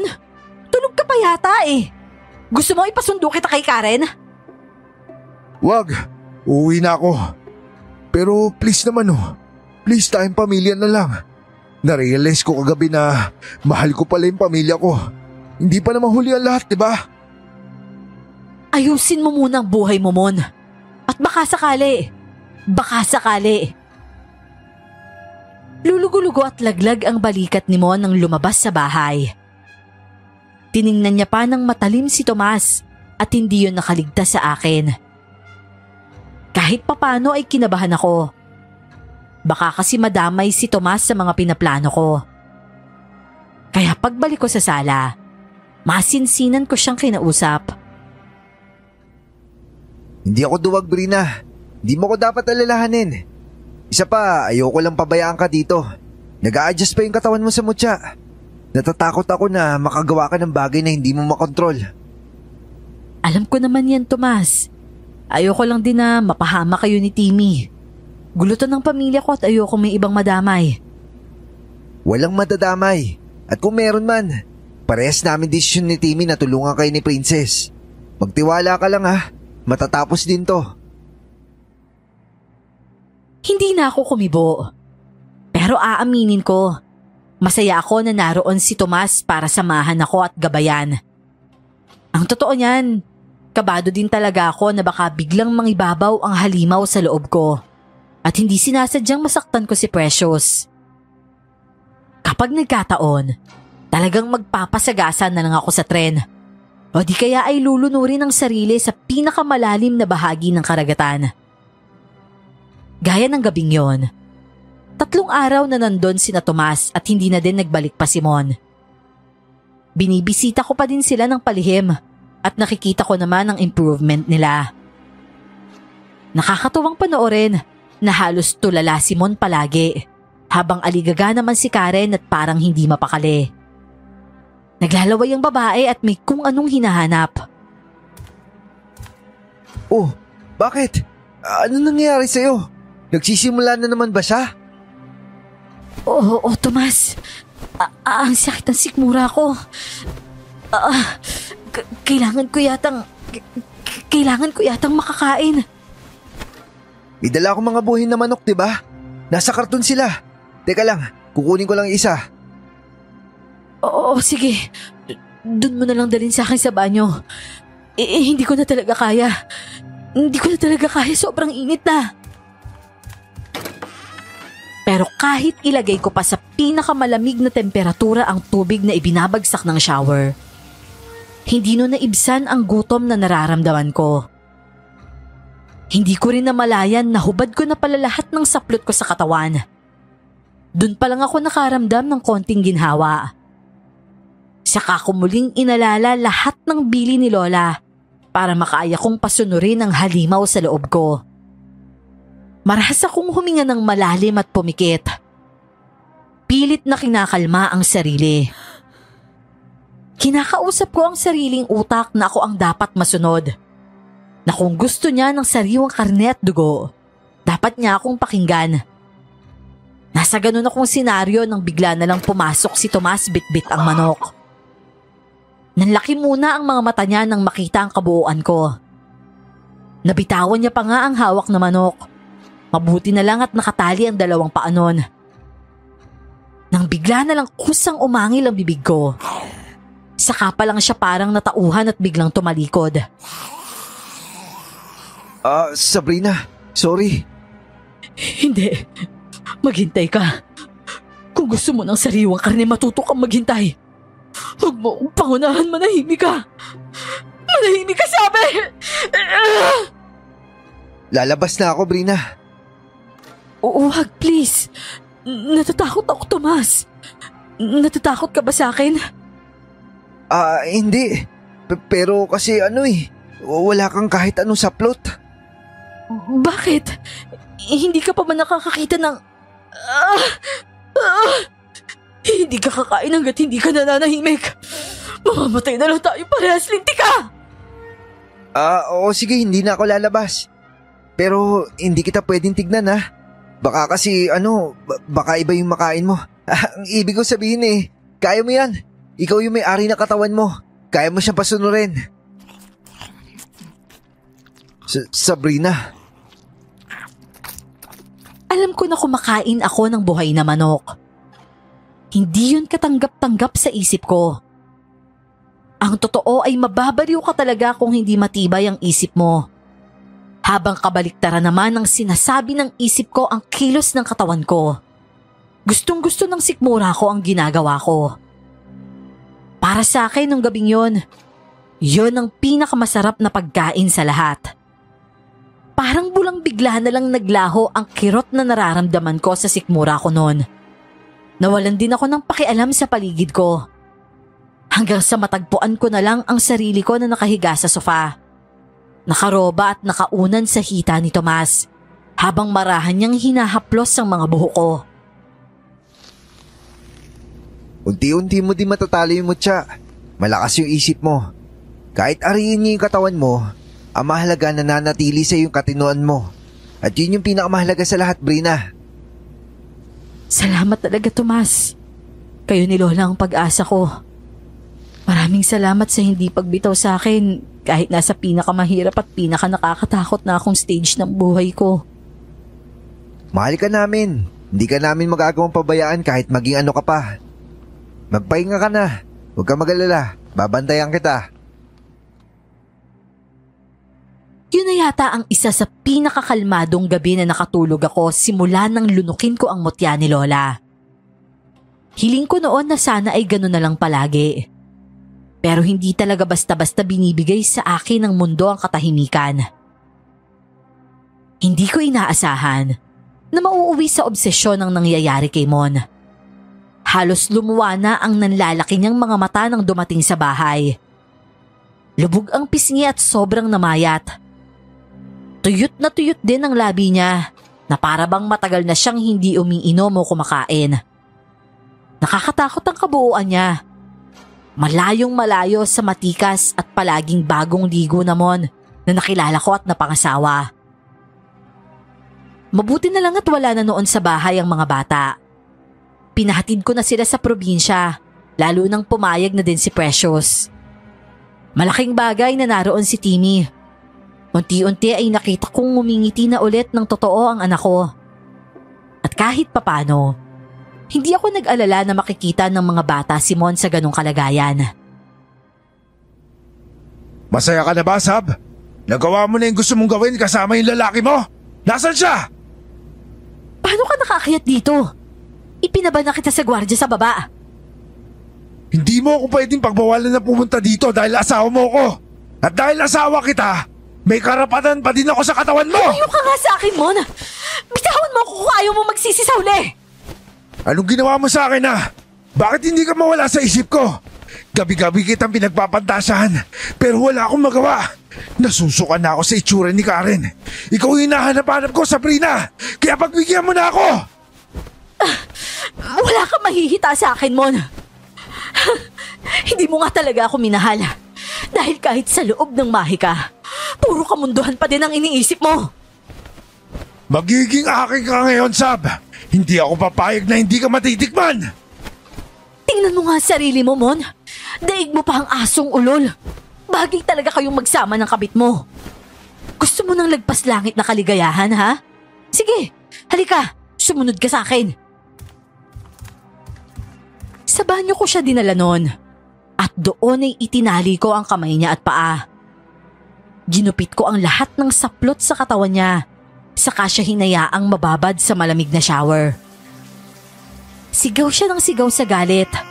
Ang akala niya kasi ay mapagbibigyan ng kamunduhan niya.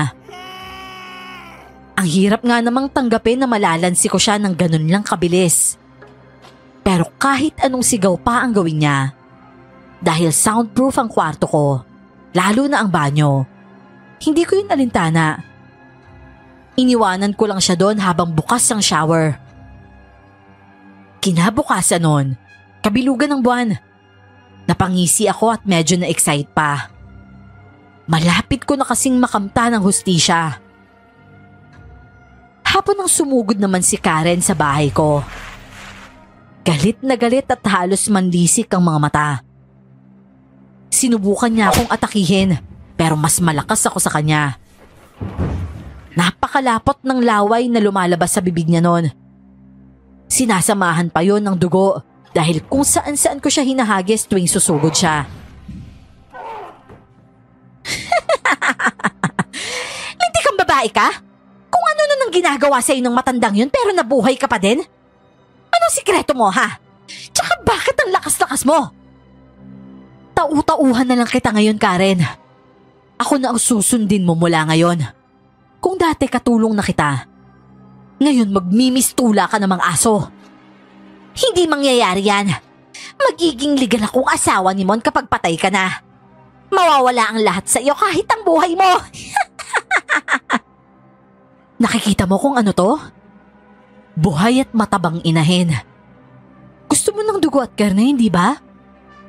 Buhay na hayop! Akin na yan! Ibigay mo sa akin yan!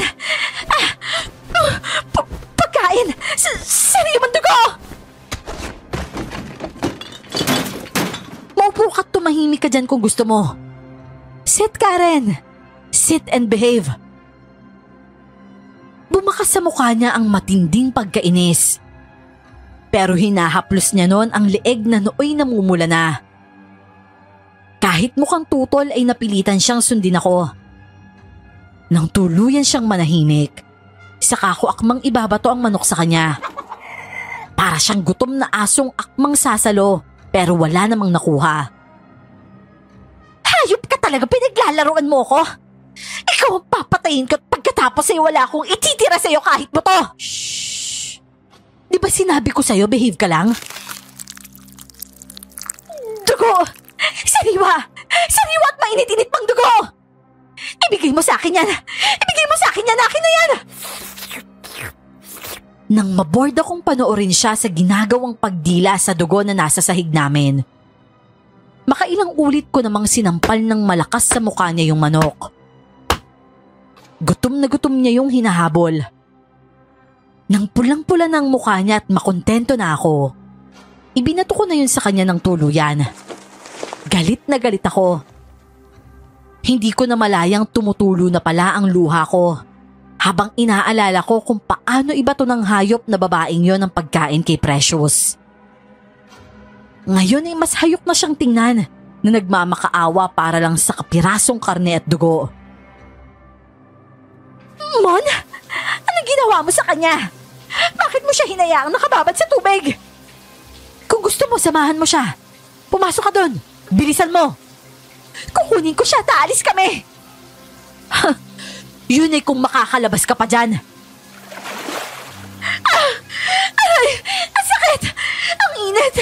Hayop ka! Ano yan, asido? Ipapakulong kita kapag nakalabas kami dito! Huwag mong masyadong paasahin ang sarili mo, Karen. Pinasok mo ang bahay naming mag-asawa kaya panindigan mo. Subukan mo tumakas. Sisiguraduhin ko sa'yo na bago ka makalabas sa bahay ko, ubos na rin ang balat mo sa katawan. Dahil bawat sulok ng bahay na to, may nakahandang asido na isasaboy ko sa'yo. Hindi mo ako maikukulong sa bahay na to ng matagal, Sabrina. Sisingaw at sisingaw ang baho mo! Huwag kang mag-alala, Karen. Wala naman akong planong patagalin ang katawan nyo rito. Lalo na kung nabubulok na. Nang gabing yon, nagpatugtog ako ng malakas. Nagkalat ang mga gamit sa kusina hanggang sa sala. Marami rin ang basag-basag pero hindi ko yun inintindi. Naglabas pa ako ng sariwang atay ng baboy at puso na binili ko sa palengke pagkahatid sa mga bata sa terminal. Hiniwa-hiwa ko lang yon at hindi na niluto. Inayos ko yon ng lagay sa plato ko at nagsalin din ako ng wine sa kopita. Tahimik akong nagdiwang ng gabing yon. Maging yung halimaw sa loob ko. Ramdam ko ang kasiyahan dahil sa mga susunod na mangyayari. Panay ang kalampag ni Karen sa pintuan ng banyo. Sigaw din siya ng sigaw pero hindi niya yun mabubuksan. Dahil may lock akong inilagay sa labas na nakakonekta sa matibay na grill ng bintana namin. Palabasin mo kami dito! Pakawalan mo kaming hayop kang babae ka! Pag nakalabas ako dito, dudurugin ko talaga yung mukha mo! Kung ako sa'yo, Karen, i-reserve ko na lang yung energy ko. Para bukas may lakas ka pang lumaban. Ayokong manood ng walang kabuhay-buhay na labanan. Gusto ko yung tumatagas ang dugo. Hindi kita bibigyan ng satisfaction, Sabrina. Hindi mo makukuha ang gusto mo. Nakaka-excite naman. Tingnan natin bukas kung hanggang saan ang kaya mong tiisin. Demonyo ka! Demonyo ka, Sabrina! Hayop ka! Masahol ka pa sa hayop! Dumiretso na ako nun sa kwarto at nagpahinga. Ang sarap ng tulog ko nun. Nagdire-diretso hanggang sa sunod na umaga. Saka ko palang naisipang maglinis ng buong sala at kusina. Mamahalin yung mga nasira at nabasag na gamit. Nun pa lang din ako nakaramdam ng panghihinayang sa lahat ng yon. Tahimik na sa banyo pero intact pa din naman yung lock na ginawa ko. Maghapon akong hindi kumain nun, ni hindi ako uminom ng tubig bilang paghahanda sa nalalapit na kabilugan ng buwan. Maghapon kong pinokos ang atensyon ko sa ibang bagay. Lumabas din ako ng medyo matagal at umuwi na lang ng hapon na. Kailangan namin ng tubig. Kahit tubig lang, Sabrina. Maawa ka naman, kagabi pa nawala yung tubig dito. Pagpatay mo ng shower na wala na yon. Hello?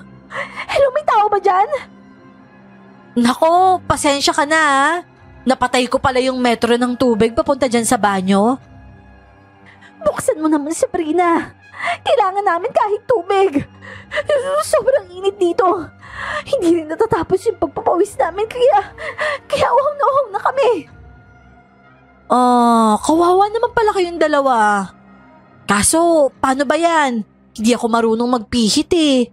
Ang tigas kasi. Pero okay na yan. Yung pawis nyo na lang yung ipunin at inumin nyo. Para makasurvive naman kayo hanggang mamayang gabi. Sab, please maawa ka. Hiwalayin ko na tong babaeng to. Bubuin natin yung pamilya natin. Hindi na kita lolokohin pa kahit kailan. Pagsisilbihan kita mula ulo hanggang paa. Anong sinasabi mo? Tarantado ka pala eh. Kaya ako nandito dahil gusto kitang iligtas. Tapos iiwan mo ako? Ikaw lang naman talaga yung nangakit sa akin nun eh. Saka pagkatapos ko malaman na anak mo naman pala sa ibang lalaki. Yung batang yun na pinako mo sa amin, Sabrina. Sa tingin mo, may amor pa ako, pakisamahan ka. Kung alam ko lang nasawsawan ka ng buong barangay, hindi ko na iniwan pa yung pamilya ko para sa tulad mo. Bakit? Hindi mo ba na-enjoy ang ligayang nabibigay ko sa'yo? Kaya pala halos lumuhod ka na sa harapan ko. Huwag lang kitang iwan. Hindi na ngayon. Patawarin mo ako. Ang dami nyo namang drama. Hindi na yan bebenta sa akin. Mas matutuwa pa ako kung magpapatayan kayong dalawa dyan. Matira matibay kung sinong mabubuhay. Siyang makakalabas sa bahay na to. Mula sa hidden CCTV na kinabit ko sa banyo, malaya kong nakikita ang kasinungalingan ng dalawang hayop na yon. Nagsesenyasan pa habang mahusay na umaacting. Kung wala talagang CCTV, mapapaniwala ka nila sa pag-arte nila. O ano? Simulan nyo na. Maghihintay ako bago mag-12 ng madaling araw. Gusto mo ba ng tips, Mon? Samantalahin mo na ang kahinaan ng kabit mo ngayon. Dahil kapag lumabas mamaya ang bilog na buwan, pagsisisihan mo kung bakit hindi mo pa siya pinatay ng mas maaga. Huwag ka maniwala sa kanya, baby. Gusto niya lang tayong magpatayan. Sa akin ka makikinig, ha? Lalabas tayo dito. At pagkatapos ay papatayin natin ang babaeng yan. At uubusin lahat ng pera niya. Pati na rin yung pera ni Precious. Ibibigay kong lahat sa iyo yon. Natawa na lang ako at nailing. Kahit nang nasa bathtub ako at nakababad, pinapanood ko sila. Wala akong naramdaman na kahit anong sakit, kahit nang mapanood ko silang gumagawa ng malaswa doon. Kung sa bagay, huling beses na nila yung magagawa. Dapat ay sulitin na talaga nila. Tila sinasadya pa nga ni Karen na lakasan ang halinghing niya. Ang hindi niya alam, pwede ko nang pagkakitaan ang ginagawa nila sa loob ng pamamahay ko. Pero nasa katinoan pa naman ang pag-iisip ko.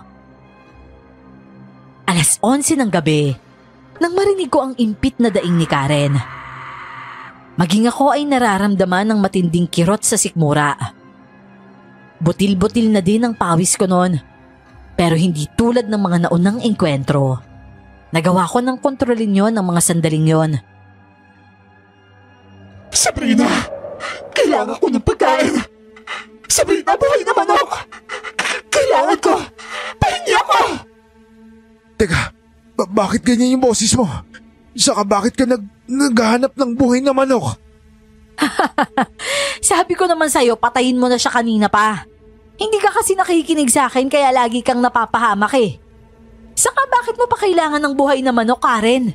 Nandyan si Mon. Tinanggalan ko na yan ng saplot para sa'yo. Sigurado akong hindi ka na mabibitin sa masisip-sip mong dugo dyan. Pati na rin sa makakain mong karne. Hindi. Aswang ka ba? Bakit ganyan yung itsura mo? Hoy! Bumalik ka sa wisyo mo, Karen! Gutom ka lang! Oo, sige. Sige, painumin kita ng dugo ko. Basta lumayo ka lang sa akin! Gutom na ako. Ang laki na ugat mo lalo na sa leg. Ang dami mo sigurong dugo dyan. Karen, please, magunos dili ka. Sabrina, iligtas mo ako dito. Hindi na kami umaarte lang. Pakiusap, tulungan mo ako! Ang laki ng ngiti ko habang pinapanood ng dalawa. Nagawang labanan ni Mon si Karen. Malaki kasi talaga ang bulto ng katawan nito. Samantalang payat naman ang kabit niya. Nakagat na siya ng babae nun sa leeg, pero nagawa niya itong hilahin at ihagis ng malakas sa bawl. Wasak ang leeg niya at doon ay umagos ang masaganang dugo. Habang si Karen naman, dilat ang mata at wala ng buhay. Nabasag ang ulo nito nang tumama sa matigas na kubeta. Tumayo ako mula sa pagkakahiga sa kama ko at binuksan ang pintuan sa banyo. Wow! Good job, Mon! Congrats dahil ikaw ang nanalo. Bakit mo ito ginagawa? Akala ko matanggap mo lahat. Mahal mo pa rin ako, di ba? Isa kang baliw. Alam mo ang gagawin ko sa'yo. Papatay kita, Sabrina. At pagkatapos, kamkamin mo ang lahat-lahat. Halika dito! Lumapit ka sa akin! Matagal mo na akong pinatay, Mon. Namatay na ako pero nabuhay ako ulit para patayin ka. May choice ka. Kung gusto mo yung isang iglap o maglalaro muna tayo. Teka, ano ginagawa mo? Bakit mo iniinom yung dugo ko? Hindi. Sinasabi ko na ba? Bruwa kayo ng lola mo! Pinakaayaw ko sa lahat, yung binabanggit ang pangalan ng Lola Isabel ko. Sisiguraduhin ko na pupunuan mo na ngayon ang lahat ng pagkukulang mo sa akin, Mon. Hindi kita titigilan hanggang sa mabusog ang halimaw na nasa loob ko. Hindi! Maawa ka! Maawa ka! Yan, ganyan nga. Ikaw naman ang magmakaawa sa akin. Ikaw naman ang lumuhod. Habang nakikita ko ang masaganang dugo at nararamdaman ko ang init ng balat niya at laman, lalong nangingibabaw sa akin ng gutom at ang halimaw. Wala akong pakialam nun kung pangunahan man ako ng aswang. Lunod na ako sa kagustuhang makatikim ng tao. Nang isang pamilyar na boses ang bumasag sa konsentrasyon ko. Brina, wag! Wag mong gawin yan! Pakiusap! Nangako ka sa akin. Nangako ka kay lola mo. At nangako ka din kay Precious. Sa oras na tikman mo ang dugo at laman ng taong yan, ganap ka na magiging isang masamang halimaw. Hindi na sasapat sa iyo karne ng mga hayop. At kapag nangyari yon, ako na mismo yung papatay sa iyo. Kaya pakiusap, makinig ka sa akin. Lumayo ka sa kanya. Oh, eto, may dala ako dito. Bagong katay na kambing. Halika dito. Dito ka. Oo, yun ang sagot ng isip ko. Pero dahil hinayaan kong mangibabaw ang halimaw, nahirapan akong pasunurin ang katawan ko. Naroon na ako. Daklot-daklot ko na ang lamang loob ni Mon mula sa binutas kong tiyan niya. Wala akong nagawa ng isang malakas na puwersa ang nagtulak sa akin para hilahin yun ng tuluyan. Hindi ko yun tinantanan hanggang may lumalabas. Iisang termino lang ang pwedeng maglarawan ng kaganapang yon. Karimari-marim. Dahil sa matinding galit at kagustuhang makagante, tuluyan akong natalo ng dilim. Nang magkamalay ako, nasa tabi ko na din si Tomas. Duguan ang leeg at walang malay. Nataranta ako at nagpanik. Malamang nakagat ko ang leeg ni Tomas at hindi ko yun matanggap. Hindi ko alam kung paanong nangyari. Nalaman ko na lang na nasa ospital na kami ni Tomas at ginagamot. May mga sugat at pasa din ako sa katawan na hindi ko alam kung saan ang galing. Nasagot lang lahat ng yon nang sa awa ng Diyos ay magising na si Tomas. Makalipas naman ang 2 linggo. Salamat naman at maayos na yung lahat. Malaya na tayo makakauwi sa probinsya kina Precious at Timmy. Kaya nga, maraming salamat talaga Tomas ha. Kundi dahil sa'yo, baka naging ganap na akong mandurugo. Pero, totoo ba na nakagat lang kita at hindi naman nasipsipan ng dugo? Di mo kaya yung dugo ko. Malalason ka. Tsaka tama ka. Mapapanatili mo lang yung pagiging dominante laban sa halimaw na nasa loob mo. Kapag hindi mo sinunod yung gusto niya. Sa oras kasi na makakain ka ng tao, bukod sa magpapalit ka ng anyo, tuluyan mo na din kami makakalimutan. Siguradong magtatago ka na sa kagubatan at doon ka na lang maghihintay ng mga naliligaw sa gubat. Talaga? Nakakatakot naman yun. Hayaan mo, masasanay din siya na makontento sa kaya kong ibigay. Gaya kung paano din siya pinapakain ni Lola Isabel noon. Ayoko ng magulong buhay. Ngayon pa ba na nakalaya na kami sa sakit? Paano ba yan? Gusto na naman kitang ikulong. Papayag ka ba? Basta nasa akin ang susi Bakit hindi? Lumabas na trespassing ang ginawa ni Namon at Karen. Habang self-defense naman ang naging laban ng abogado namin ni Tomas. Ano man ang naging klase ng pagpatay, hindi na yun binigyang pansin pa. Ako ang lumabas na biktima at api sa kwentong binuo ng mga investigador. Siguro naman, sa pagkakataong yon ay deserve namin ng anak ko ang tawaging biktima at survivor sa mga taong dinaig pa ang halimaw. Sa nangyaring ito, may ilang bagay akong natutunan, Miss Clar. Yung matinding galit pala sa puso nating mga tao. Kapag naghigante, dadaigin ng kasamaan ng demonyo. Sa kaso ko, muntik na akong malunod sa matinding galit. At dahil din doon kaya nasaktan ko ang taong sa umpisa pa lang ay naniwala na sa akin at sumuporta. Sa ngayon po ay dito na kami nagsettle ni Tomas sa bahay na iniwan ng Lola Isabel ko. Tinanggap ko na din siyang makasama sa bahay at sa buhay. Kasal na din po kami ngayon. Ang kulit kasi niya, Miss Clar. Hindi na umuwi sa kanila simula nang dumating kami doon. Maraming salamat po kung mabibigyan niyo man ng pansin ang kwento ko. Malaking karangalan na mai-air ito sa channel ninyo, Miss Clar at Sir Jay. Huwag po kayong matakot sa akin. Malakas man ang lahi ng aswang na inaalagaan ko sa loob ng katawan ko. Pero sinisiguro ko na mas malakas ako sa kanya. Ako sa katauhan ko bilang si Sabrina. Ang simpleng may bahay ni Tomas at maalagang ina ni Precious. Hanggang dito na lamang po ang aking kwento, Miss Clar. Maraming salamat po muli sa inyo.